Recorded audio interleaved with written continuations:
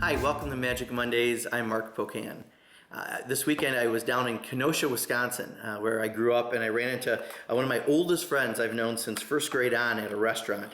And we got talking a little bit about Washington, and one of the things that we talked about was how come it seems that people, sometimes a politician can do the impossible. It's such a difficult environment. How can everything just line up right? And I'll tell you, more often than not, it's just a lot of dumb luck. It's a bunch of circumstances just happening. And of course, any enterprising politician will take credit for those circumstances as if they had planned it all along, and that's why it looks like that. But in reality, it's just a lot of dumb luck. Let me show what I mean with a little bit of a magic trick here. I'm going to do a card trick, and I'm going to have my cameraman help me out. We have not rehearsed this. I'm going to ask him a few questions while I'm doing this.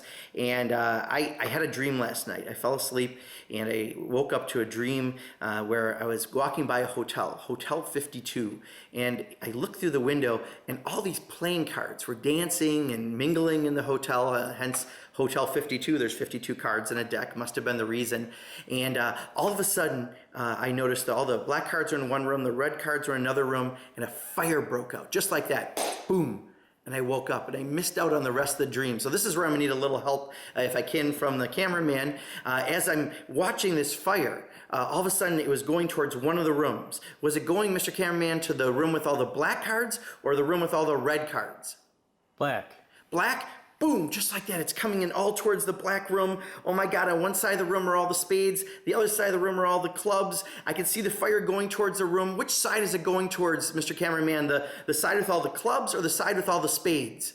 Spades. The spades, oh my God, just like that, boom, they're all gone. All that's left now are these poor clubs, and they're running around the room. I can see on one side of the room is all the numbers, the 1 through 10, and on the other side of the room is the jack, the queen, and the king.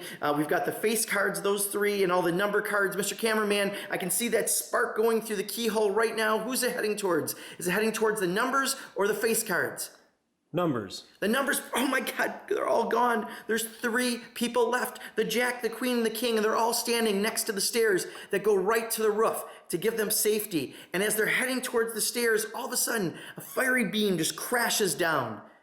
Who goes to try to save it? Is it the jack and the king, the guys, or the woman, the queen, that lift that beam up and try to get to safety? The queen. The queen, she picks it up, lifts it out of the way, goes up the stairs, and just as she gets out the door on the very roof, the stairs and everything else go crumbling down, and the only card that's saved is the Queen of Clubs.